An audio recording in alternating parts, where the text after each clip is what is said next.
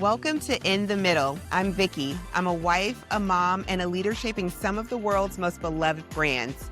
This is the podcast for all of us figuring it out in real time. In 20 minutes or less, let's get in the middle of it all. I'm so glad you're here. Okay, welcome back, everyone. Happy New Year. I pray that wherever you are mentally, spiritually, emotionally, and physically, you are feeling hopeful. So today we are going to talk about resolutions, but not in the way that you likely have heard over 1,000 times. Let me just share in the upfront.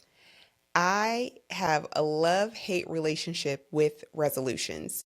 And so much so that I recorded this episode a few weeks ago, and it was originally titled something like Navigating Your New Year's Resolutions or something like that. Recorded the whole thing, got in the can, hit stop on the record button, and I don't know if it was the Holy Spirit or what, but it was just like, it's not right. That's not right. The content was true.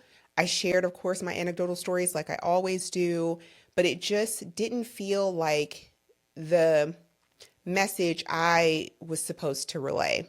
And so I sat on it for a while, walked away from it, worked on some other content, and it hit me one night that the reason I don't like resolutions and why I have strayed away from them is because of the way I am. I am very black and white, all or nothing with my mindset sometimes. And because of that, having the added pressure of the new year coming up and me needing to come up with the goals and priorities that I am setting for the year, it can be triggering a little bit. And so I try to really stay away from what it means to put that added pressure on myself with resolutions. And I find that now that I've moved away from them, and I also wanted to create the episode because I know that resolutions mean so much to other people. And so I wanted to have the timely content there because I think some of the things that I use in my goal applications and my goal planning is certainly relevant for New Year's resolutions, but it's not time bound in January 1. And so that was the main reason I wanted to go ahead and produce the content and share the content. But what I realized is that one, it's triggering for me and it may likely be triggering for some of you out there. And so I want to create space for that, that like if you feel the unnecessary pressure and added pressure of January 1, I've got to have it all together. Let's go ahead and leave that at the door. It's not true. You can set goals and intentions at any point throughout the year. So that was one of the reasons why I shifted the scope of this conversation. Another reason I shifted it is because I realized that the areas we continue to sort of rinse and repeat, whether it's saving more money, losing weight, learning a new language, we take all the actions. We buy the planners, we sign up for the courses, we do all of the things. But the thing that often is left as a last sort of priority is the thing that I am now discovering through this exploration of why I'm struggling so much to have a New Year's resolution episode, is that it really is the mindset. And that is truly the unlock for me in any goal that I set. It really helps to determine how successful I'm going to be. And for those of you who have set New Year's resolutions, I'm not here to say, oh, don't do it. It's not a thing. I'm certainly not saying that. There are some people who are very, very focused and uses January 1 as the reset clock, and it actually motivates them and it encourages them. And so I still think there's content here that's going to help supplement and enhance your approach going into the new year. But, and let me give you some stats just to sort of ground like the community we are all in. Roughly 9% of the US population who sets a goal and resolution at the top of the year sees it throughout the entire year. I read 23% of people drop out within the first week. I know this episode is dropping somewhere in the first week of January. How are we doing? If you've already dropped one of your resolutions, you are in a safe space, no judgment. Let's get you back on your goal setting journey and let's leave resolutions back in 2025. And then I read 64% of people have abandoned their resolutions by the end of the first month. So when January is a wrap, there is a really big chance that those resolutions that were set at the top of the year are no longer being chased after. And again, that's okay. Don't have that added pressure. What I think we are learning from those statistics is not only one, we're not alone in not being successful in chasing those goals, but we're also learning that it is not necessarily a lack of effort. It largely is a lack of having the right mindset going into those goals and really positioning the prioritization of having the correct mind before you start to work towards any goal, small or large, but especially for those that we want to be sustainable, like our health, our finances, our relationships. Those things we really, really have to refine our minds so that we get to a place that it is a muscle. You might be able to set a goal for, I'm going to save $200 by March, and you have a short timeline, you have an end game, $200 in the account by March. That's it. You can likely work towards that. But if your goal is to, I want to do a date night every week for my partner, that is going to take some planning. That's going to take a heart shift, a mind shift, and all of the other components to really work something long term like that. So let's get into, y'all know at this point, I really love my three truths. My first truth is your mindset matters first. Again, if you don't have your mind right for anything that is supposed to be sustainable and scalable, it's going to be really hard for that to happen. So when you think about your mindset, the area that I think there's such opportunity is have um, how we think about the way we view things, ourselves, experiences, all of those things. Do you have a scarcity mindset or an abundance mindset? As long as I can remember, I've often been described as kind, always upbeat, positive, all of those things. And my mindset is very similar. I have not struggled with full on scarcity mindset. I've had pockets where I was a bit more pessimistic about specific topics. But in general, I would not be surprised if my friends and family described me as someone who had an abundance mindset, because I do. I candidly always feel like things are going to work out for me. And this was even before I was a believer. Now I certainly believe that God is working everything out for my good. I truly believe that. But even before that, I just had this inherent belief that my life was going to turn out well. But it's not lost on me that everyone doesn't have that same disposition. And so I want to encourage you, if you naturally have a disposition of thinking pessimistically or negatively, or having that scarcity mindset, that's going to be an area that you are going to have to intentionally work on. The scariest thing about having a scarcity mindset is that all of it is rooted in fear and lack. And I just don't subscribe to that. I don't think that there is a shortage, whether you are an entrepreneur and you are wanting customers. I don't think there's a lack in customers. If you are a pastor and you're getting ready to start a church, there are more than enough souls to be won. I don't think there's going to be a lack of members to come your way. And so when you have that scarcity mindset, I think it puts you on the defense. I think it makes you feel like, oh, I'm going to miss out on something. This is why I struggle so much with the idea of gatekeeping. I just, I don't see the point in gatekeeping. Now, don't confuse gatekeeping with someone just trying to pick all of the insights and wisdom that you have attained over the years. I'm not saying that you need to spill all of the things and they don't compensate you in some way for your knowledge and expertise. But where did you get that lipstick from? What's your lip combo? Things like that. Like, even if I give you my same lip combo, scent combo, it's still not going to be the same because you aren't me. In the same way, I've been talking to people about the podcast and how we got it started. I will give you my whole playbook. It doesn't matter to me because what's for you is for you and what's for me is for me. I think that oftentimes when we gatekeep, it's rooted in this scarcity mindset that like, oh, if I give this person this thing, this access, this connect, it's going to eliminate me and remove me from this opportunity. I will connect you all day. If I won, like, and I am, it's, and I don't say that flippantly. I have to, of course, believe in you and we need to have a relationship because I'm not going to put my name on someone that I don't know. I'm not going to do that.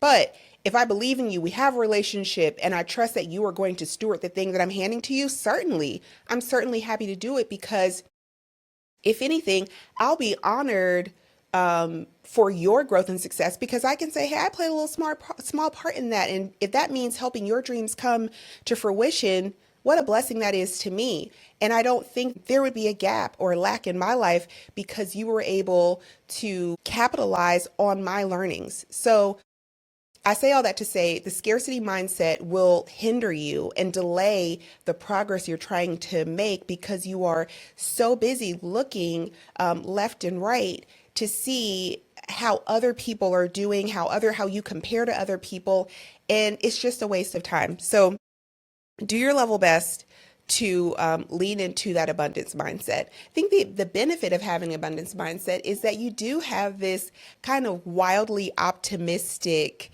view on life. You truly believe like, hey, this thing is going to work out. And it's a much easier place to start from when you believe that you can win in the end. But if you go into a new diet, a new workout plan, and you're like, oh, this, oh, this is so hard. I can't do this. I can't do that.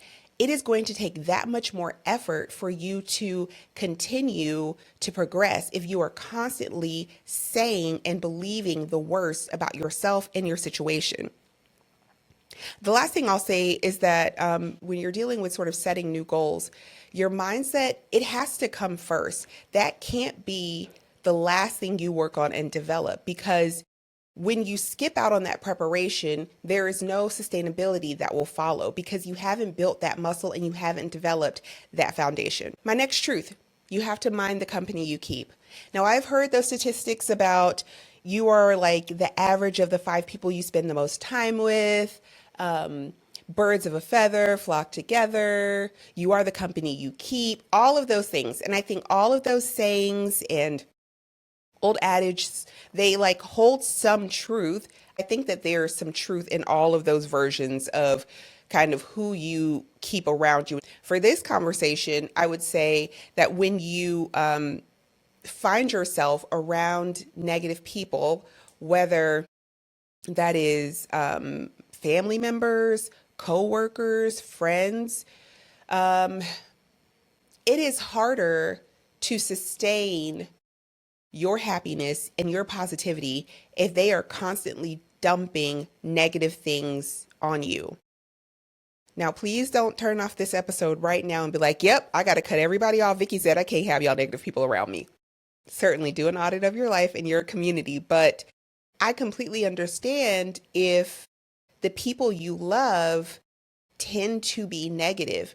So you have to, with that information, you have to say, okay, I know that I can only be around, insert this person for X amount of time before my tank starts to feel empty or before I start to think negative things. You have to check in with yourself where it makes sense. Like have the conversation like, hey, Sheila, girl, I noticed you've been a little negative. What's going on? Like if it's someone you love and care about, call the thing out. Say the thing. I think that is so kind and so helpful because sometimes we can get in this loop, especially when things aren't going the way that we want them to go. And sometimes it takes someone outside to recognize the pattern and to just say, hey, I want to call your attention to this thing. Now, that's not going to work in every situation, nor do I think you need to have that type of conversation with every single person in your life. That negative coworker who is just always dumping, cut down on the lunches together. Keep it cute, grab a little cup of coffee, do lunch once a week versus 3 times a week. You can sort of self-edit there. But if it's people that are truly in your orbit, whether it's family or friends, If it's worth the conversation, have the conversation. If you know it's just them, then just accept like, hey, that's just them, and I just need to do a better job of regulating myself and their access to me to really be protective over my mindset, especially when you are walking into a situation where you are trying to achieve major goals. Because sometimes people will project their own fears and failures on you, and that's not fair. And so you have to, and I know sometimes it may hurt, but you have to make yourself the number one priority, especially when you are trying to change your life. So if every time you talk about getting ready to launch your career and being a content creator, and Susie is like, yeah, I used to try to do that and it ain't work out for me. And, all of the equipment is expensive. Susie, God bless you. I understand, but I can't subscribe to that. I'm going to do my level best and we'll see what the Lord does. We'll see what thus saith the Lord. Susie, okay? You can't let someone's own experience, and of course, there are always caveats. You have to use discernment and wisdom to understand the place they're coming from. If someone's trying to be helpful and offering alternative ideas, that's one thing. But if someone is just shutting your ideas down, and it's largely rooted in their failed experiences, collect it as data, but don't make it the gospel for you and the determination of whether or not you're going to pursue something, whatever that dream is. I know that's probably hard to hear, especially when you're thinking about your loved ones and your friends, because oftentimes they're your sounding board, they're your community, and you want them to always cheer for you. But what I'll say, even in this experience of doing this podcast, I had to learn really, really quickly that I had to cheer for myself. I have to root for myself. I have to rewatch the content like I'm a consumer, like I didn't record it myself. And sometimes, because honestly, when I'm recording this, y'all, I will record it. And when the content actually goes live, I'm like, I don't remember saying that. So I think I sort of black out when I'm recording. But you really you have to root for yourself. You have to believe in yourself more than anyone else on the planet. Yes, it would be lovely that everyone in your orbit is your biggest cheerleader. They're always amplifying your content. They're always giving you positive affirmations, but that may not happen. And especially in the early days, right? It's much harder for people to consistently show up and support. And I don't know if it's like human nature or what, but I think when you really start to see things pop for people, that's when you see the consistency show up. So in the early days, getting up at 5 a.m. to hit the gym, saying no to dinners and trips because you are really working on saving you work in the baby steps, you're working on your budget and things like that, it might feel lonely and it might feel like, dang, I'm really doing this by myself. But you have to keep pressing. You can't set your level of success based on outside forces. It's you and God, and you have to get it done in that way. And if other people come along to support you and give you wind in your sails, that's an added bonus. But you can't let that be the determining factor of whether or not you're going to be successful. Okay. I need a little sip. I didn't even tell what I was drinking today. Alani knew. This is Strawberry Sunrise. This was a limited time for them, and I found it at a gas station when we were visiting friends. I found it at a gas station near their house, and I was like, wait. I wasn't even planning on getting it, but I grabbed me a couple. That's such a caveat, but mm-hmm. We're still waiting on them to sponsor this podcast, y'all. Anyway, we've been on the Minding the Company You Keep for a little bit, but I'm hoping that it really lands with you guys, that your environment truly is going to either reinforce that positivity or is going to chip away at it. And the onus and responsibility is on you, whether that means editing your core or editing the access they have to you, or really intentionally picking up positive people.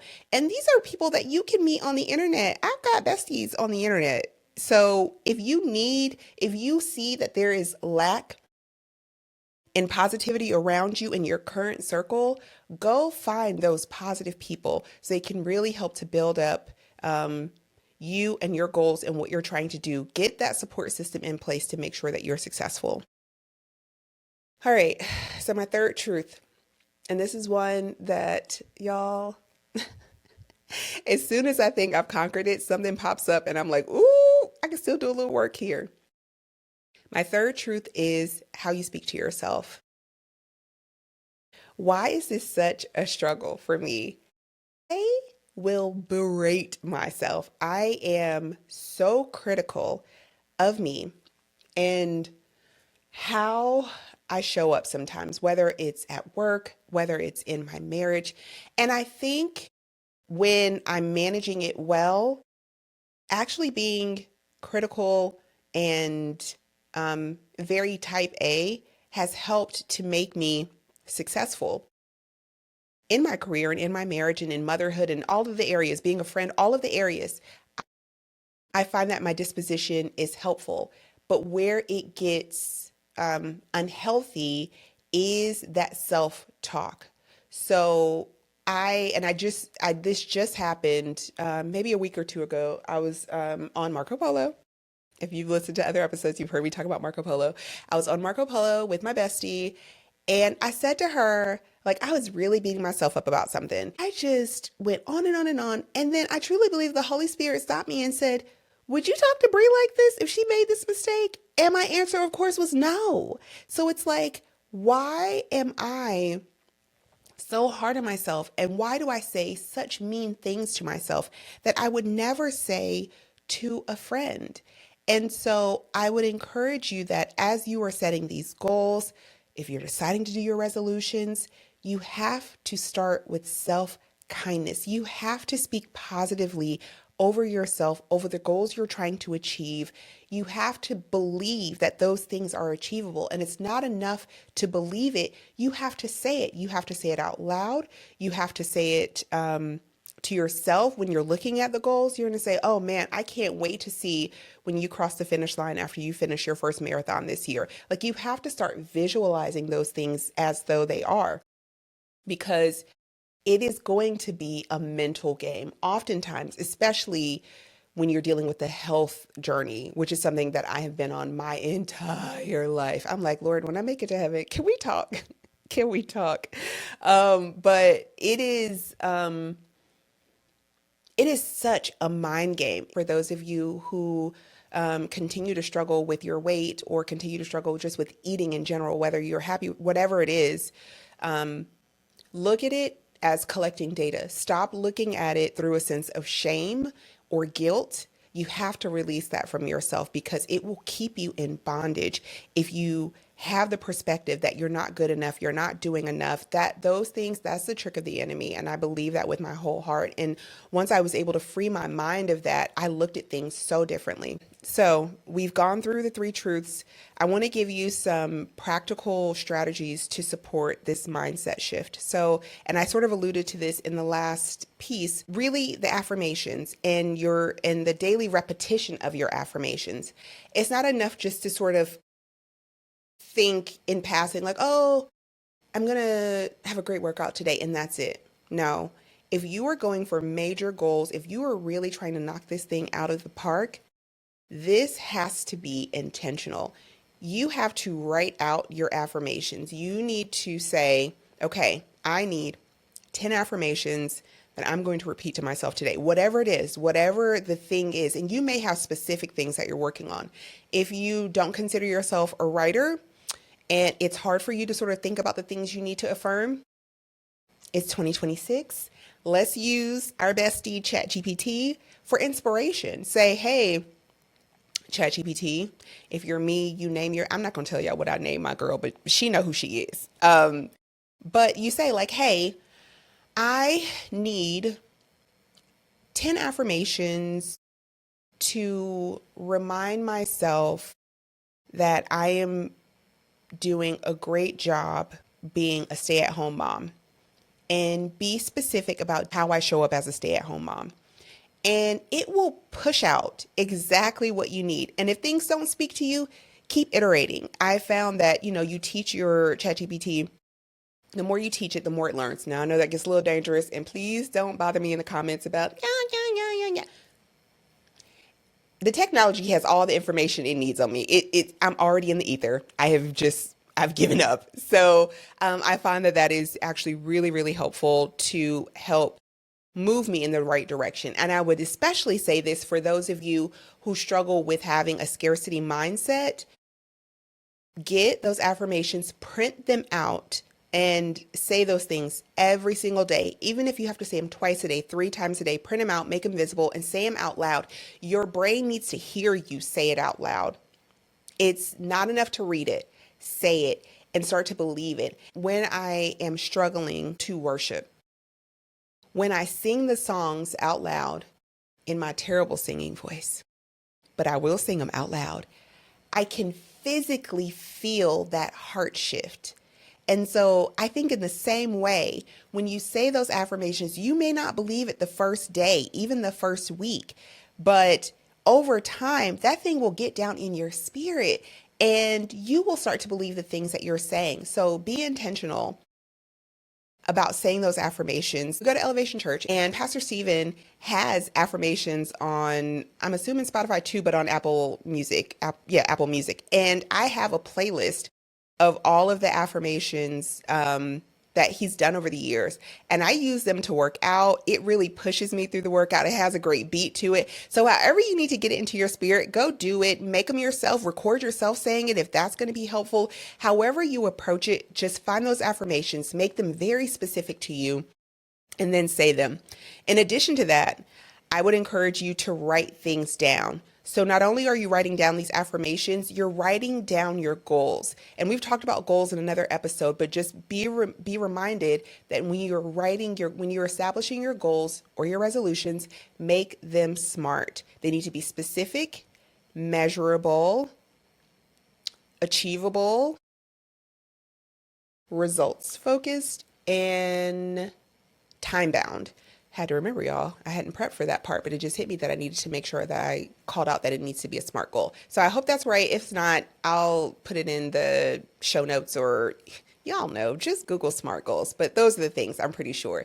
But you need to write those goals down and make those visible. Depending on how much time you have to achieve them, you may need to check in on your goals on a weekly basis or on a daily basis. If you say like, hey, I want to work out 3 times a week, when you get to the end of the week, you should look back and say, did I hit my 3 times a week?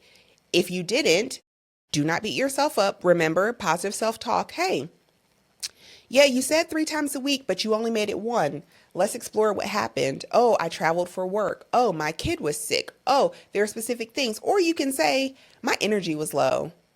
Why was your energy low? You didn't get the sleep. You maybe had a couple of glasses of wine every single night. This is collecting data. It's not about shame. It's not about judgment.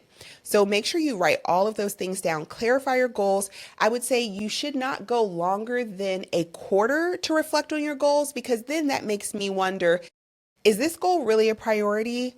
If you can go over 3 months without looking and reflecting to see how your progress is. So somewhere between weekly to quarterly should be the span in which you're reviewing your goals. Writing those down really helps to make the abstract something really attainable and clear. The last thing that I'll share from really practical strategies that you can use to help shifting your mind is editing and auditing your content that you're consuming, both in sort of traditional media, movies, songs, however else you consume traditional content, as well as social media. We obviously live in an information age, and I find that the more information we get, sometimes it's not helpful because it will spur up that spirit of comparison, especially on social. Y'all, it's creeping in on LinkedIn. Like, LinkedIn was my safe space, and now it's like, ooh, she got another promotion. Ooh, hallelujah for her. But that little teeny part is like, dang, am I behind? Am I running behind? And so I find that, like, if you, especially if you have the combo of you're working towards a goal, maybe you are trying to get a promotion and your natural inclination is to be a little bit more pessimistic, you have to be extra careful about how much content you consume on social, because it will really influence your mind And you are going to have to work that much harder if you allow all of this content to come in and flood your mind. Another thing that I'll say is around the content that you consume. Watching a bunch of sad movies, thriller shows, etc. And listen, I am a true crime girly. Yes, I am. But I am present enough to know that if I already am in a bad mood or feeling down about something, I immediately run to comedy. I love stand-up comedy. And I run to happy things. I run to light shows. I run to things that won't tax my emotions even more. And so in the same way, I'd encourage you to do an audit. And for the season that you are working towards a goal, whether it's like you want to build your content creator career or you want to work on getting out into the dating world, you really have to be mindful of the content you're consuming and whether or not it's helping you get closer or further away from your goal. I know that this is a lot, and I know that we all like are jumping back into the rat race. Maybe you're back at work now, maybe you are trying to work out these new systems, but I find that when we remove the pressure of the resolutions, maybe you say, okay, I did try to do my resolutions. I've already fallen off. Let's take a beat. Let's reset. Let's work on the areas that I just called out, the 3 truths today. Work on that, refine that, and maybe set a mini goal for yourself to say, hey, I'm going to revisit a goal setting session with myself. Because what is true that we all know is you can set a goal on any day. It does not have to be January 1. What's really actually something more to consider is the normal ebb and flow of your life. Are you starting a new job? Did you just get married? Did you just go through a divorce? Those life events actually matter more when it's time to set goals. So if you've missed the start of the year, guess what? You can start today. Today can be the start of your new life and how you are going to achieve your goals. The last thing I'll say to get us going on our affirmation journey is an affirmation that I am saying to myself very frequently lately. And I hope that if you are going to start affirmations, maybe if this one speaks to you, write it down. I'm also going to drop, hopefully in the show notes, as well as I'll see if I can get it on socials too. I have 30 days of affirmations. Some of them are mine. Some of them I've sort of woven in based on my community, based on what I think people are kind of dealing with lately. I'll have those available too to just be a thought starter for you as you are resetting your goals. So here's the affirmation. I'm capable of growth. I'm worthy of success. I give myself grace and courage to continue. Thank you so much for being here, friends, and I'm praying for your success in your goal setting. Bye. Thanks for listening to In the Middle. If this episode resonated with you, share it with a friend and click subscribe so you never miss an honest conversation about life in the middle. I'll see you next time.